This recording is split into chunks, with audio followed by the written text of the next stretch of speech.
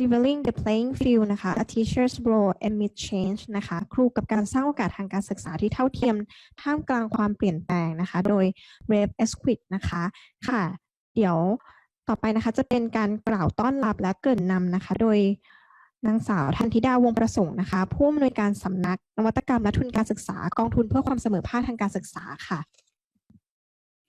ค่ะสวัสดีคุณครูทุกท่านนะคะได้ยินเสียงชัดเจนไหมคะถ้าได้ยินเสียงชัดเจนขอช่วยยกมือนิดนึงได้ไหมคะค่ะก็ Rafe please allow me to speak in Thai and then I will switch into English briefly ค่ะก็กองทุนเพื่อความเสมอภาคทางการศึกษานะคะหรือว่ากสศนะคะก็ต้องขอต้อนรับคุณครูทุกท่านนะคะเข้าสู่ห้องประชุมเสวนานะคะวันนี้ต้องบอกว่าเป็นวันที่ตื่นเต้นทีเดียวนะคะเพราะว่าเราได้ครูจากเป็นครูดีเด่นนะคะของสหรัฐอเมริกานะคะแล้วก็ไม่ใช่แค่ที่สหรัฐอเมริกาด้วยจริงๆของระดับโลกนะคะก็ได้รับรางวัลมามากมายนะคะซึ่งวันนี้เราก็จะอยู่ด้วยกัน2ชั่วโมงนะคะต้องบอกว่าเรามีครูเนี่ยที่เข้าร่วมฟังเนี่ยจำนวนเยอะทีเดียวนะคะแล้วก็หลากหลายช่องทางด้วยห้องซูมนี่ก็เป็นห้องหนึ่งในนั้นนะคะก็ยังมีทาง Facebook ด้วยนะคะแล้วก็มีห้องซูมภาษาไทยด้วยนะคะก็คิดว่าวันนี้น่าจะได้เรียนรู้จากเวฟเยอะทีเดียวขออนุญาตเช็คในห้องซูมนิดนึงอะค่ะว่าคุณครูท่านไหนมาจากภาคเหนือบ้างมีไหมคะยกมือหน่อยค่ะอ๋อมีนะคะมี 2-3 ท่านนะคะภาคกลางมีไหมคะภาคกลางค่ะอ๋อโอเคค่ะภาคอีสานล่ะคะภาคตอนออกเฉียงเหนืออ๋อเยอะเลยนะคะภาคใต้ล่ะคะอ๋อมีด้วยนะคะโอ้ต้องบอกว่ามีครบทุกภาคนะคะต้องขอบพระคุณอาจารย์จริงๆที่ได้มีโอกาสมาร่วมฟังด้วยกันนะคะค่ะก็เดี๋ยวขออนุญาตกล่าวก็ต้องบอกว่าจริงๆกสเราพยายามที่จะจัดวงประมาณนี้นะคะเพื่อที่จะให้มีวงแลกเปลี่ยนเรียนรู้เนี่ยกับคุณครูนะคะก็คิดว่าเรามีทั้งวิทยากรภาษาวิทยากรไทยวิทยากรต่างชาตินะคะซึ่งจะมีการจัดต่อเนื่องไปเรื่อยๆนะคะก็อยากให้คุณครูเนี่ยได้เข้ามาอยู่ในกลุ่มนี้กับเรานะคะแล้วก็จะได้มีการเรียนรู้กันต่อเนื่องไปนะคะค่ะก็เดี๋ยวขออนุญาตพูดเป็นภาษาอังกฤษห้องนี้จะเป็นภาษาอังกฤษนะคะแต่ท่านไหนอยากพูดภาษาไทยเมื่อกี้คุณลิลดานะคะนักวิชาการกสศได้แนะนำแล้วว่าถ้าหากอยากฟังเป็นภาษาไทยต้องเปิดอุปกรณ์เนี่ย2 เครื่องนะคะเป็นเข้าห้องซูมภาษาอังกฤษและเข้าห้องซูมภาษาไทยแล้วต้องเปิดอุปกรณ์2 เครื่องถึงจะสามารถฟังภาษาไทยได้นะคะแต่ห้องนี้เราจะใช้ภาษาอังกฤษเป็นหลักนะคะแล้วก็อันนี้งั้นขออนุญาตกลับไปเป็นภาษาไทยนะคะก็ห้องนี้ก็อาจจะเป็น2 ภาษานิดนึงนะคะค่ะก็Rafe on behalf of Equitable Education Fund or EEF I welcome you all for this morning session and I'm very excited to be able to introduce the most inspiring teacher in the world, if I may say. and yeah, Rafe Esquith, of course. And right now we are, like I just talking to all teachers. They are come from all across Thailand, from different regions, from north to south to northeast and central as well. So you have a diverse audience from different parts of Thailand. I think that thanks to technology, I think that's very important. That's allow us to meet today.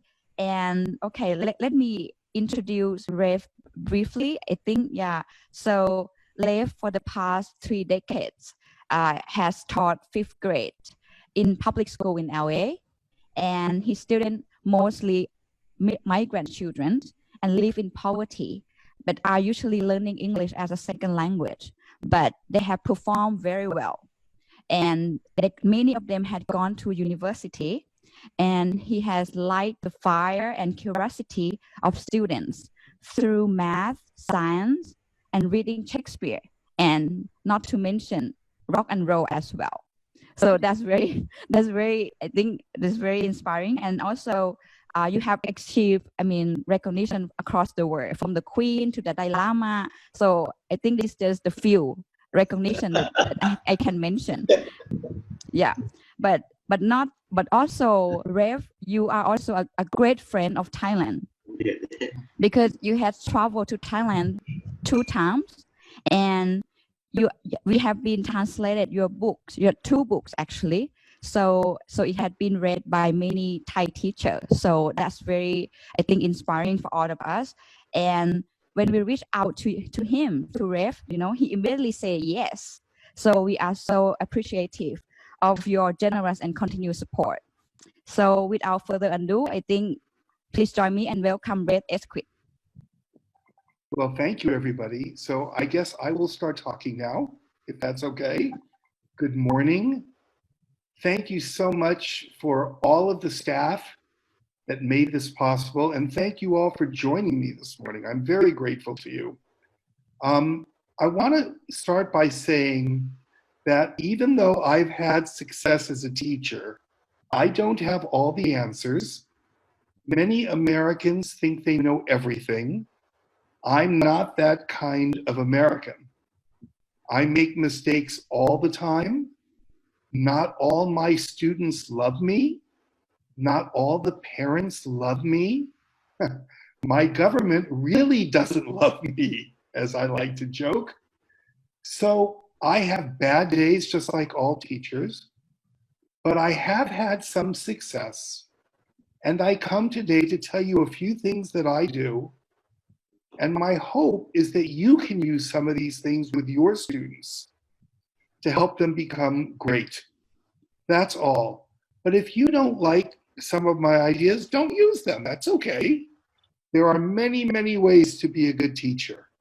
So let's be clear about that. And whether we are talking about the terrible pandemic that is happening now, or even before, my students continue to do well. And they continue to do well for two main reasons.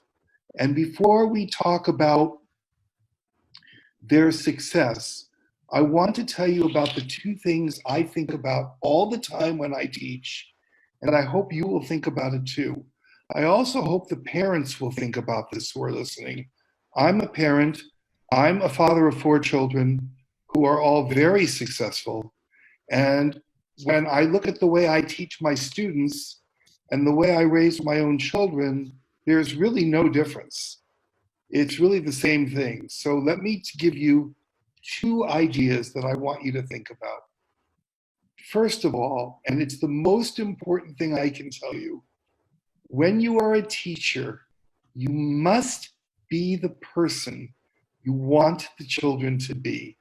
You must set the example all the time, not some of the time, not most of the time, all the time. And it's really hard. But I've talked to thousands of students over the years from every grade level. And one of the things that bothers them a lot is teachers who are hypocrites. So for example, I want my students to be nice. I want them to be nice to each other, to their families, to everyone. I have to be nice all the time, even on days when I'm mad at them, even on days when I'm so angry I want to throw them out the window. I still have to be nice to them. That's why they're nice. They look at me. Your host just said, when Thailand contacted me, I called back immediately and said, what can I do to help? I have to do that because my students are watching me. When they see that when someone asks me for help, I always say yes, and I say yes right away. People are amazed that when they call me, and I'm very busy, I call back right away. It gives me the right to tell my students to be nice because I'm nice. Do I get angry? Of course I do. Do I get frustrated? Every day. Do I yell and scream? Never. Never. I don't want my students to yell and scream at each other, so I can't yell and scream at them. It's that simple. It's hard to do, but we must be the people we want the children to be. I want my students to work hard, very hard. That means I must be the hardest worker they've ever seen. I always must be prepared. When they walk into the classroom or see me online, they know I am ready. They know that I know what I'm doing, and it gives them confidence. Because I have heard students tell me some teachers give an assignment, go to the back of the room, and they go shopping online, or they get on their cell phone and call a friend. Well, you can't ask your students to work hard if you are not working hard. I would never do that. The students are watching you all the time. So be the person you want the children to be. If you talked to the hosts of this wonderful event, when they tell me to go on my computer at a certain time, I'm never late. I'm always ready. I'm ready tonight to talk to the wonderful teachers of Thailand because I expect the same of my students. My students are never late. My students are prepared to do the job because they watch me. I am their role model. Be the person that you want the children to be. And there is a second thing that I want to share with you that makes my classroom remarkable. And I really hope that if you only remember one thing I say tonight or today for you, I hope you will remember this. It's probably the most important lesson I can tell you about. People wonder why my students work so hard, and they do work hard. They work harder than any students you've ever met. They will come to school early. They will stay late. They will come on Saturdays and Sundays. They will come during vacation. Right now, during the pandemic, they are working harder than ever. Why? There is a secret that I would like to share with you. And here's what it is. And later on, when you have time to ask me questions, I hope we'll talk about this. But let's be honest. If you go up to a child in school and they're working on their math or they're writing a story and you ask them, why are you doing your work? What will the child say? Think about that. If you ask a kid, why are you doing your work? What will he say? Most students will say, because my teacher told me to. I have to. It's an assignment. Sometimes I've had students and I ask, why are you doing your work? And they've said, I don't know. Or I'll get in trouble if I don't do my work. I teach my students a different answer. And this is very important. If you go up to one of my students and say, why are you doing that work? My student will put his pencil down. He'll look you right in the face and say, if I learn this skill, my life will be better. If I learn this skill, my life will be better. I hope you teach this sentence to your students. Every lesson I teach, whether we are playing baseball or learning a song or learning a math game, before we start the lesson, I explain why we are doing it. I connect the lesson to their life. My students are never doing their work because there is a test on Friday. They are never doing their work because there is a grade coming up. Tests are important. Grades are important. But getting ready for life is much more important. We are studying skills to get ready for our life. Because as we measure our work as teachers, the test at the end of the year isn't that important. What's really important is where are the children 10 years after they've left you, 20 years after they've left you? What have I taught them that they'll be using not just for my class, but for the rest of their lives? Most teachers say, boys and girls, here's what we will do today. I say, here's why we will do it today. We're going to learn something that will make your life better. And let me show you in pictures some examples of what my class looks like. You might laugh at this, but one of the things I teach the kids, including online during the pandemic, is I teach the students how to do laundry. I do. I know, it's crazy. It's not in the curriculum, but I have learned over the years that I have students who go to college and they start laughing because many kids who go to college don't know how to do their laundry. They don't know how to separate their darks from their lights. They don't know about putting different starches in or whiteners. They don't know. So especially during the pandemic, I teach kids to do their laundry because they're also, why?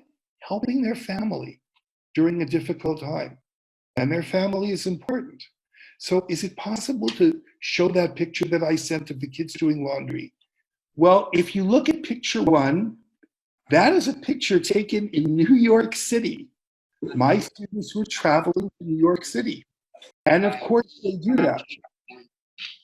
But they also do their laundry.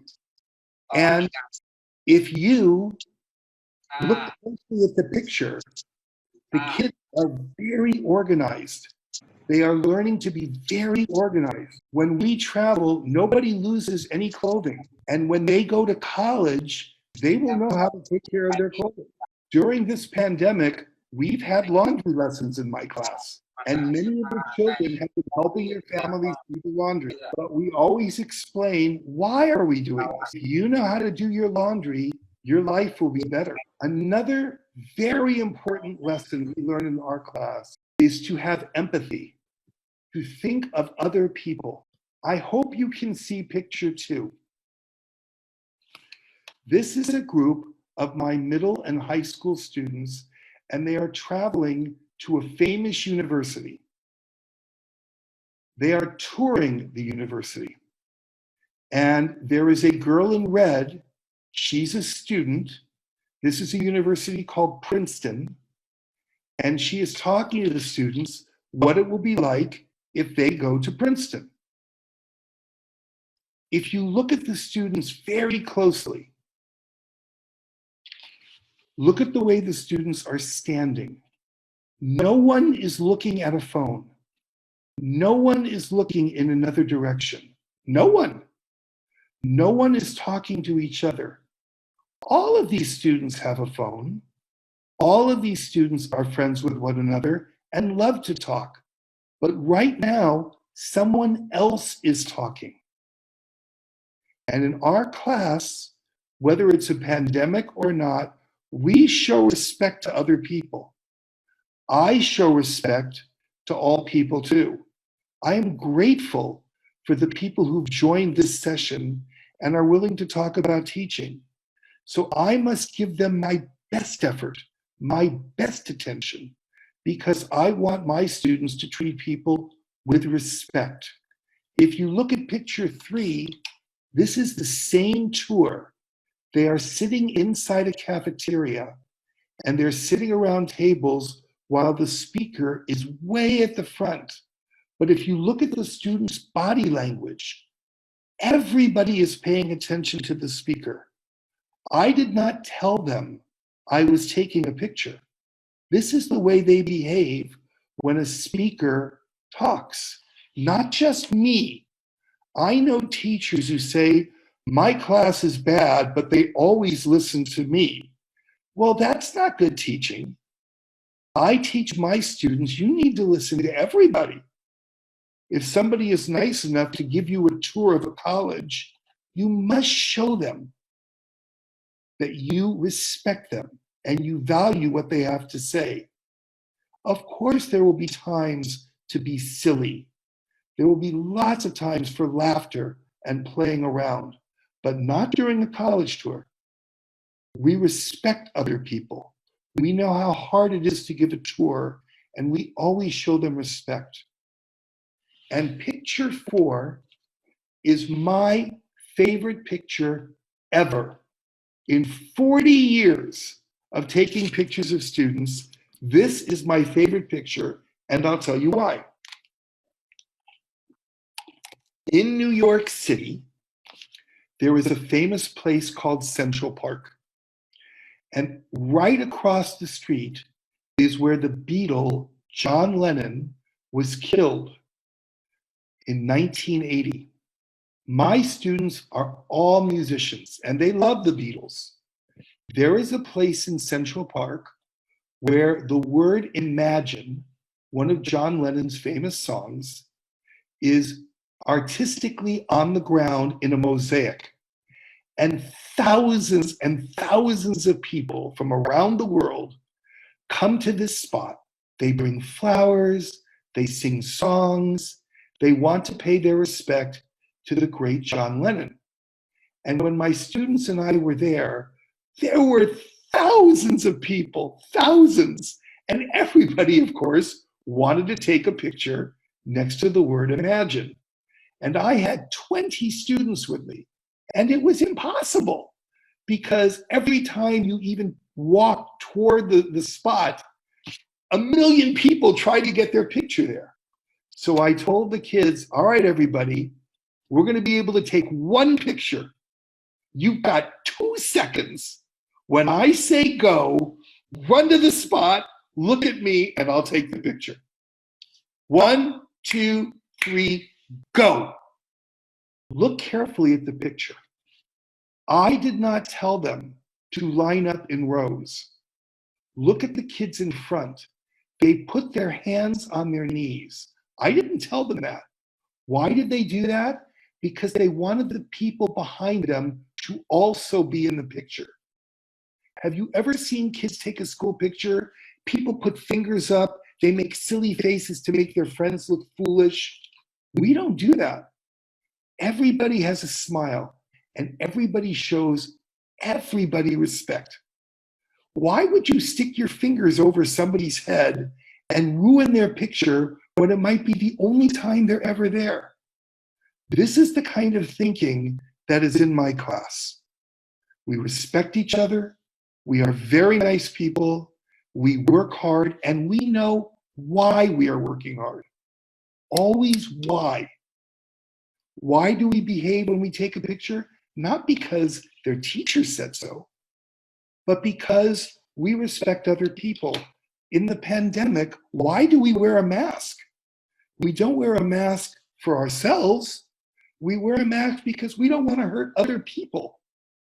That thinking is in my classroom all the time. When children ask questions or when someone has a problem, we help each other. So now comes the subject I'd like to talk the most about, and it's what separates my class from every other class you've ever seen. And I hope this doesn't hurt anybody's feelings, because I have to say something that's true, but some people don't like to hear it. Before I explain what I want to talk about, let me tell you that in my neighborhood, only 32% of the children in elementary school even finish high school. Less than half finish high school. The poverty, the language barriers, the racism, the drugs, the violence destroys them. Most of the kids quit school by the time they are 16 years old. The girls get pregnant, the boys join gangs, and they ruin their lives. But my students go to college. They go to really good colleges, and they finish college, and they do extraordinary things with their lives. Now, why is this? My students are not geniuses.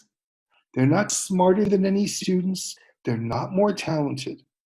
I have all kinds of students. I have shy students, noisy ones. I have athletes. I have musicians. I have writers. But there's one thing they all have in common. They love to read. They read all the time. Hundreds and hundreds of books. And if you'll be honest, really honest, people don't read anymore. They don't. Even teachers have stopped reading. I travel the world. I get on an airplane, nobody's reading. These are my students reading. This is at my house on a Saturday. Why do my students love to read? I hope you'll be honest. I hope you'll agree with me. Even if you're a wonderful teacher and you assign a terrific book and you tell your kids, boys and girls, read chapter 1, we'll talk about it tomorrow. If we can be honest, most students, when they go home, will not read the book. I hope some of you will nod your heads and say, Rafe, it's true. Some students will go on their computer, look up the book, find out some information, and get enough information that they can answer the questions or pass a test, but they are not reading the book. My students read voraciously. They have already, by the time they're 15 years old, outread most college students. It separates them. It gives them far better language skills, far better listening skills, far better speaking skills, far better thinking skills than any other student you've ever met. And I would like to tell you how I teach reading. And if I get one thing tonight, I am praying that a couple of teachers will try this because it works. Let's take a minute. Why don't children read? When that good teacher says, go home and read this, we'll talk about it tomorrow, what goes wrong? Well, we know what goes wrong. There are too many distractions. There are computers at home. There are games. There are phones. There are problems in the home. It's not your fault. I'm not blaming the teachers. 50 years ago, even when I started teaching 40 years ago, if you told your kids to go read a book, they usually did. Those days are over. So I have a different way of teaching reading, and I will tell you what I do. First of all, let's think about something. We do a terrible job teaching reading all over the world. Here's why. Let's say you have a child who is a swimmer, and he has swimming lessons, and he becomes a good swimmer. If he joins a swim team, do they just say, go swim, or does he still have a swimming coach? That kid will be coached all the way through high school. He'll be coached in college. He always has a coach. If somebody is learning to play the violin, just because they can play the notes, they still have a violin teacher. All the way, every day, someone coaches them. But with reading, it's so crazy. Once kids can read, we hand them the book and say, you go read and we'll talk about it later. That's crazy. Some of the books that my students read, these are difficult books with important themes about life, about relationships, about real issues. Yes, they can read the words, but without a guide, without an expert, they are not going to grasp the beauty and the themes and the lessons of a book. So I read all the great books with my students, every page, even as you saw in the picture, when they're 15, 16 years old. I never tell the kids, go home and read. We read together, but we do it in a really special way. And I hope you'll try this. There's a wonderful thing with technology now. All books are now online with a professional actor reading them out loud. Whether you're doing Shakespeare or the work of a great Thai writer or a great American writer or a great Mexican writer, you can find that and load it on your phone. A professional reading the book with great passion and energy and interest, like watching a movie, except it's with words. My students have the book in front of them. They don't just listen, they have the book. I start the book. They're reading chapter 1. Then, maybe on the 3rd paragraph, I stop the audio. I have questions to ask them. Hey, what do you think that meant there? What does this book say to you? Did you ever feel that way? And because the audio is doing the work, I can use all my energy teaching. People say, well, the children should read out loud. Why? Do you read out loud? I read 4 hours a day. I'm a real reader. I never read out loud. Why do schools do this? It's crazy. They are forgetting why we read. It makes us smarter. It's a shared experience. Even at home during the pandemic, to listen to my students when we Zoom, die laughing over something funny or cry over something really sad. It's a shared experience. We read together. I am begging you, try this. Take your phone, put a great book on it, and I don't mean a boring textbook. I mean a great book, a classic book. Maybe if you're doing fantasy books, whether you're reading Harry Potter or Lord of the Rings, or if you want to read a great drama or a really funny book or an adventure story. But have the kids listen while they look at the words. Think about this. How do children learn language? Do they read a book? Of course not. They hear it. When kids hear, they remember everything. It's amazing. How many songs can kids learn 8 million rock and rap songs on the radio because they've heard them. And yet suddenly we put books in front of them that are very hard and say, go read this. That doesn't make any sense. And because I'm a very good reader, and because my students know that I'm a reader, they are inspired to be like their teacher. And because I've done this for a long time, I know what books are going to work with them. What books are going to go, oh my God, this book is about me. This isn't about the characters. I'm in the story. I love this story. So if you want to know what separates my class from anything else, we read constantly. When teachers are asking me, what can I do during the pandemic? Read. Read a lot. I was so sad the other day. I was watching a CNN news story. There was a man in China.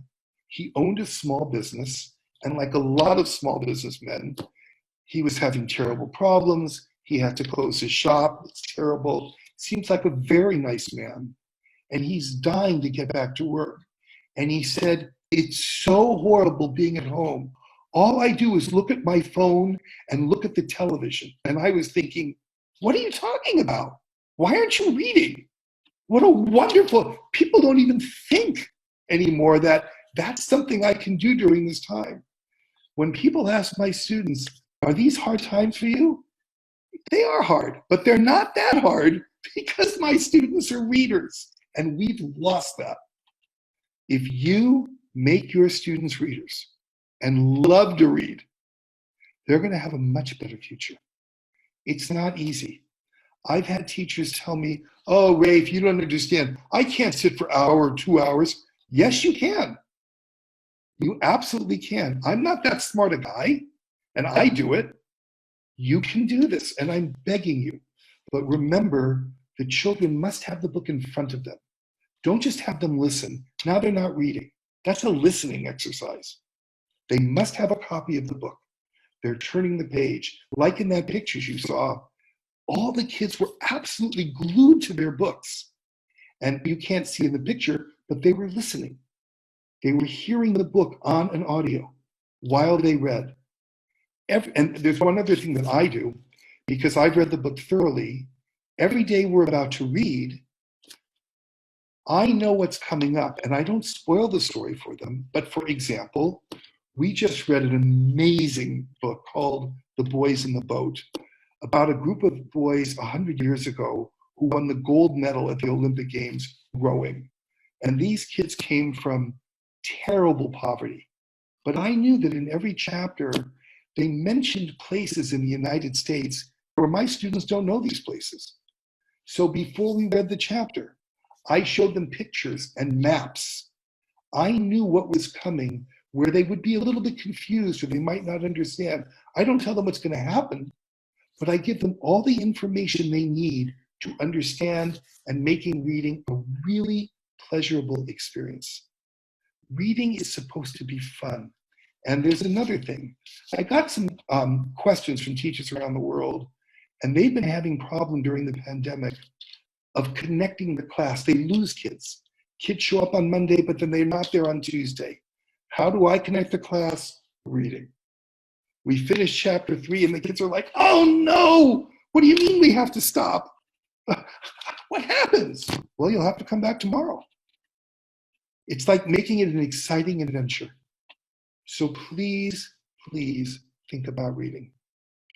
Now, there are 2 other things I'd like to share with you before we have questions and things.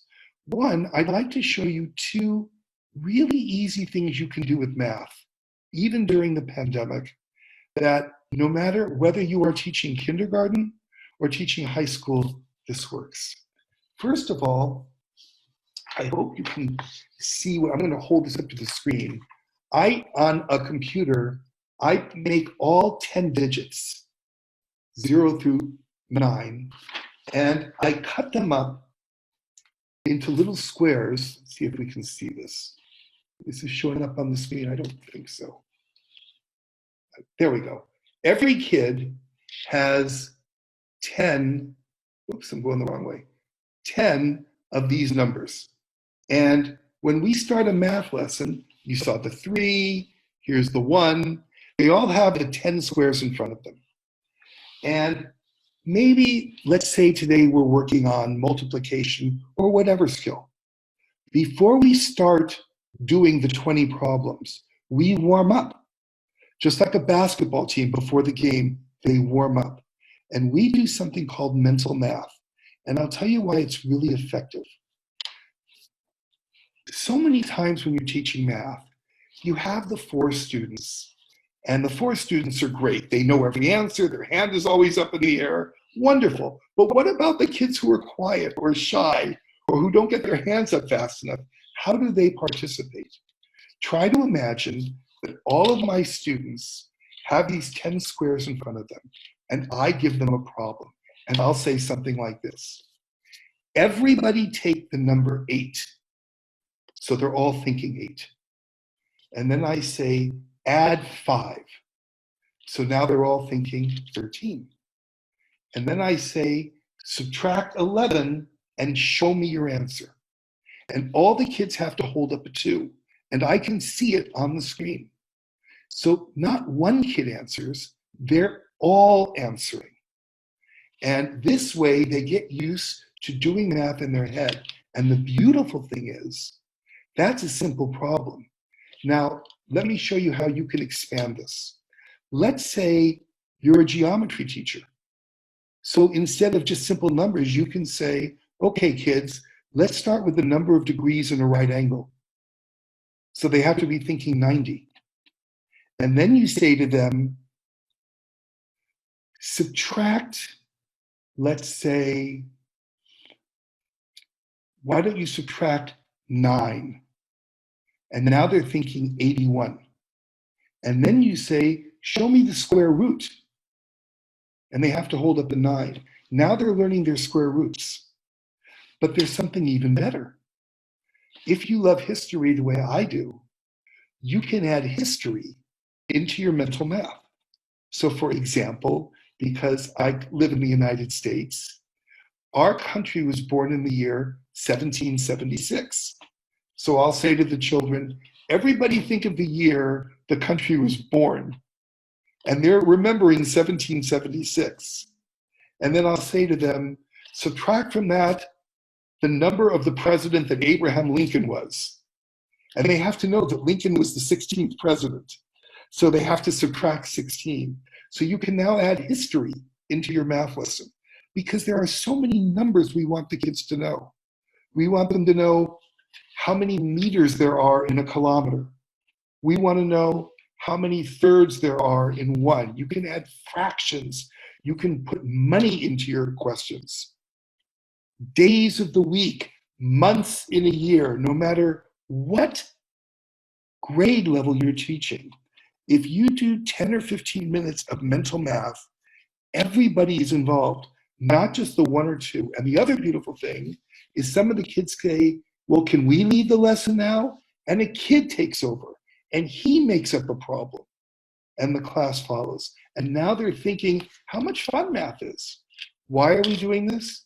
Because if we understand numbers, our life will be better. Another really fun math game that I urge you to try with your kids is called Buzz. It's really fun. And there are a lot of ways to play it. You don't have to play it my way, but I'll show you what we do. We take a number, which is the taboo number. We pick a number. Let us say that the number 4 is the taboo number. We start counting 1 to 100, student by student. But if the number is 4, you don't say 4, you say Buzz. If the number has a 4, like 14, you have to say Buzz. If the number is a multiple of 4, like 12, you have to say Buzz. If the number is like 13, 1 plus 3 is 4, you have to say Buzz. And the kids have to concentrate so hard to know where we are in an account. Let me give you an example. I'll count to 20. It would be 1, 2, 3, Buzz, because you can't say 4, 5, 6, 7, Buzz, can't say 8, multiple of 4, 9, 10, 11, Buzz, can't say 12, Buzz, can't say 13, 1 plus 3 is 4, Buzz, can't say 14, it has a 4 in it. Then one kid has to say 15, but then the next kid has to buzz 16 because that's a multiple of 4. It's so much fun, and the kids learn their factoring, their rules of divisibility, no pressure. Everybody has a good laugh. I make mistakes all the time, and the kids catch me. So what? That's so much more fun than simply doing 50 multiplication problems. My advice, give 20 multiplication problems and spend 15 minutes playing Buzz or playing mental math games. And it makes it so much fun that the kids are more willing to come to see you tomorrow. You make your classroom more fun. Before I finish, I wanted to share 2 last things with you. We're going to try to show you a video because this is a very exciting thing you can do with your class. But let me explain what we did and why we did it. There are many famous people who like my class a lot, and I'm very, very lucky that many years ago I became friends. I don't know how, because I'm nobody, but I became friends with, I think, the best actor on the planet, and his name is Ian McKellen. I don't know if you know who Ian McKellen is, but if you've ever seen Lord of the Rings, he played Gandalf the Wizard. He is an amazing actor, and he's even a better person. And Ian has helped me for years, and he just had a birthday yesterday, and he's in London. So for 2 months, the children at home, in isolation, each made a little film for him, wishing him a happy birthday. And I want to show you a film and then explain why, because this is much bigger than happy birthday, I promise you.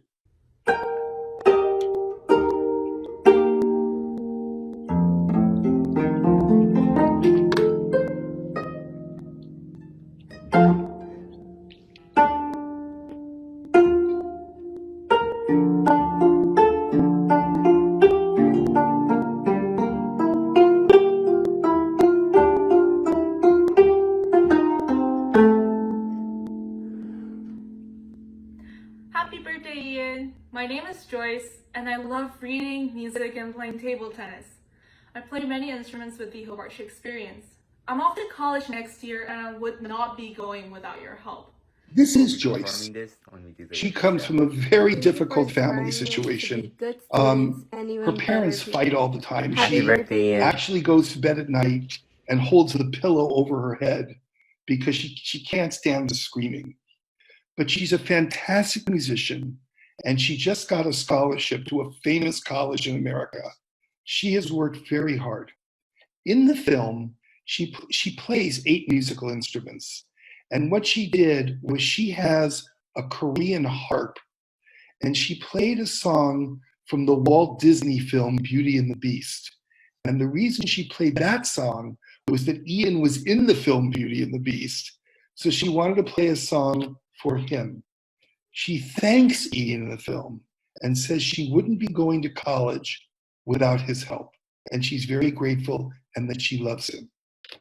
I think you can do this with your class, and let me explain. What is she really learning here? This has nothing to do with Ian's birthday. Ian he's worth $100 million. He's on it all over the world. He doesn't need a group of kids to say happy birthday. But let's think of what Joyce is learning. First of all, you couldn't see how good she is, but I'd like all of you to take a moment and make a guess. How many times did she film herself before she was happy with the final product? Just think, did she do it twice or 3 times or 4 times until she was happy? Because I know the answer. Joyce filmed herself 38 times. She took hours. Why? Because she wants to do a good job. It's part of what we've learned in our class. If you're going to do something, you do the best you can. And during this pandemic, a lot of people have gotten selfish. They're worried about their problem. Oh, what my poor life. Oh, my terrible life. I want my students to be thinking of other people. What you can do as a teacher is, if a child has a birthday coming up, why don't you have all of the students make a little film at home, maybe saying happy birthday, or Tantita, I just want you to know you're a great friend and I'm so lucky I'm in class with you, or you're a wonderful speaker, and have everybody think about one of their classmates and make a little film for them that you can share during class time. I think if students make little films every day about someone else, we live in the world now of the selfie. People take pictures of themselves.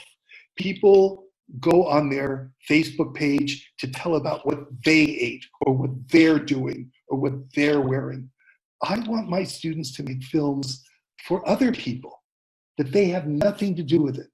It teaches them that they are not the center of the universe and that we care about other people. This is what we learn from making these little films. So in closing, before we take questions, I want to tell you an amazing thing that happened to me last year. I haven't been able to hear all of you who are listening to me, but if I can make a guess, I am sure that all of you teachers have had bad days. I'm sure all of you teachers have had days where you're so frustrated, you maybe even cry. I know I do. Where you think you failed, or that you haven't made a difference, or that you haven't helped a student. And may I tell you, you don't know that. You don't know that. Let me tell you something that happened to me just last year. I got a letter from a student that I hadn't seen in over 20 years. I had not heard from this kid in 20 years. He was a nice little boy. He was short, a little bit chubby. He was not brilliant, but he was an okay student. Nobody noticed him. The reason he wrote to me was that he was getting married. He had just graduated law school from a famous, hard law school. He was given an incredible job working in an incredible law firm. He was going to be making enormous sums of money. And then he sent me his picture. He was a tall, thin, good-looking kid. I could not believe the change. And he's marrying a beautiful girl who's a teacher. And he wanted to invite me to his wedding. He didn't invite any of his other teachers, but he invited me to the wedding. And here's what he told me. He said, Rafe, do you remember 20 years ago when you took me to the college and we walked around and you talked to us about college? Remember when you pulled me out of the line and you got down on your knees and you held my hand and you looked in my eyes and you said, you can do this? Remember?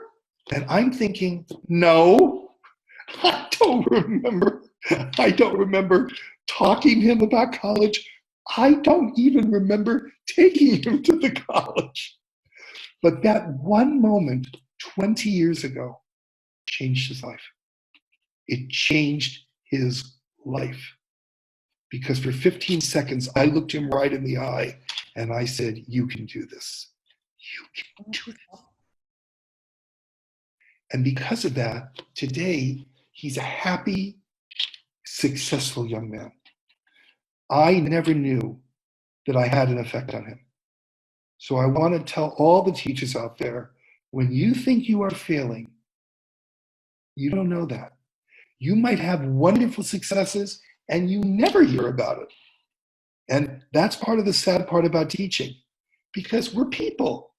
We need kids to say, thanks for being my teacher. We need the parents to say, we know you're working hard. But sometimes they don't. That's the job.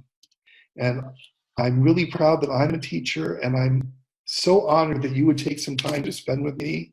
So I think now we're going to open it up to questions and answers. And I hope this was helpful and interesting.